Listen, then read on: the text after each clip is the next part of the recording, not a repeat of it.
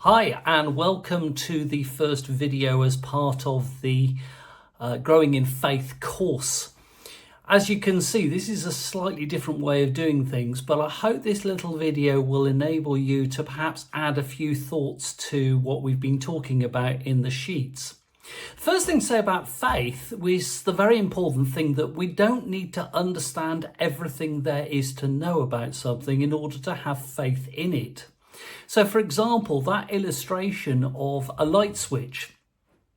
I can go and press a light switch and hope and have faith that a light will come on, even though I don't understand how a light bulb works. I don't understand how my house is wired. I certainly don't understand the national grid, let alone the idea of how a nuclear power station works. But I still exercise that faith without having to understand how it all works. And my faith anticipates that something will happen as a result of my exercising that faith. That's the first thing we need to think about when we're talking about faith. The second thing about faith, and the way we've been talking about it in this session, is that faith does not rely upon our feelings. I can have faith in something, and it doesn't matter how I feel, that faith still needs to be real. So going back to our light switch, it doesn't matter how I feel, my faith in pressing that button is still the same. Even if I'm feeling rubbish or I'm feeling fantastic, there is still that exercise in faith, because faith is in something beyond us. So therefore, if we rely upon our feelings, then somehow our faith gets slightly contorted, because we allow our feelings to change the way we expect. So in other words, I'm feeling so rubbish that today when I press the light switch, nothing will happen. Okay, you get the idea. But it's very important that we don't let our feelings dominate our faith. And what that means in practical terms when it comes to a faith in God, it talks about the idea that we may have days when we're not feeling great, but our faith in God, which is about our relationship, which we'll be talking about in a couple of weeks' time, that faith still remains the same. That relationship is still the same, irrespective of how we feel that day. And one more thing about faith is the fact that faith relies upon the idea that there is doubt.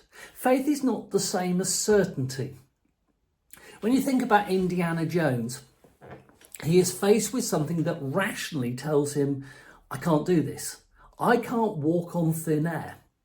His brain tells him that. Everything tells him, I can't do it. And you see him with his face which goes, I can't do this. And the reality is, he's right. He can't.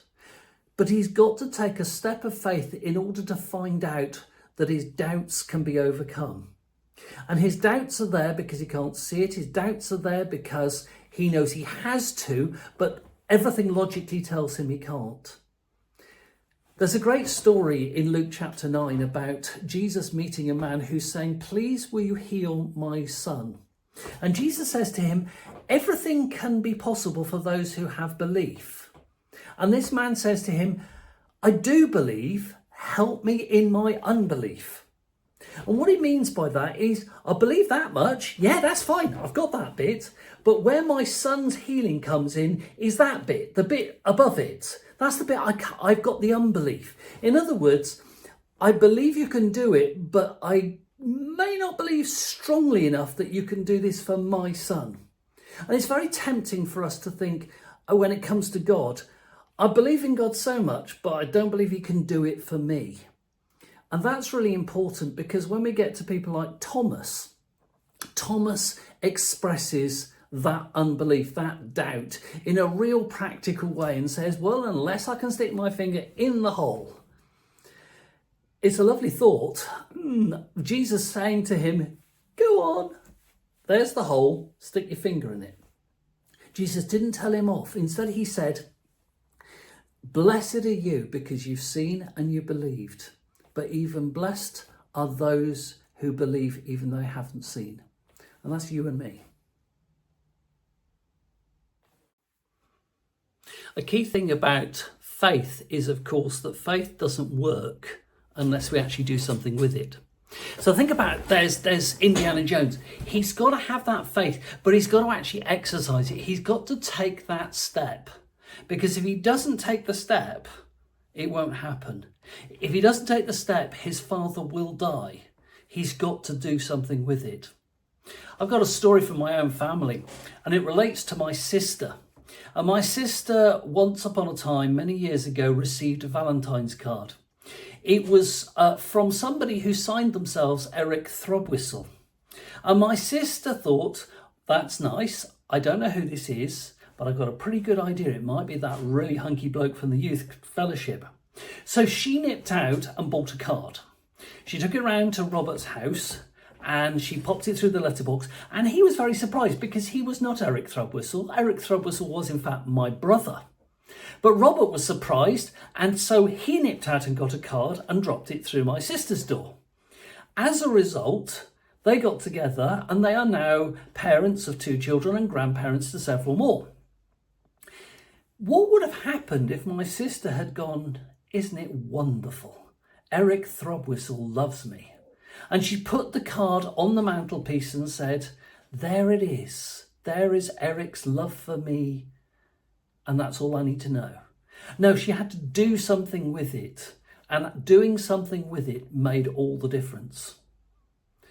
Exercising faith is vital. It's absolutely vital that we don't sit there and say, well, I've got faith, and then we don't do anything with it. So let's sum up where we've got to in this first session. The first thing to say is that faith is something that we can exercise without having to understand it. We just need to take the step of faith. The second thing is that our feelings should not get in the way. Having feelings is part of who we are, but they do not impinge on our faith, which is something that we need to have and exists separate to our feelings. The third is perfectly okay to have doubts. Doubts are part of what faith is involving, but actually being prepared to risk and risk despite our doubts is an important part of the step of faith. And finally, faith is something that only really works if we do something with it.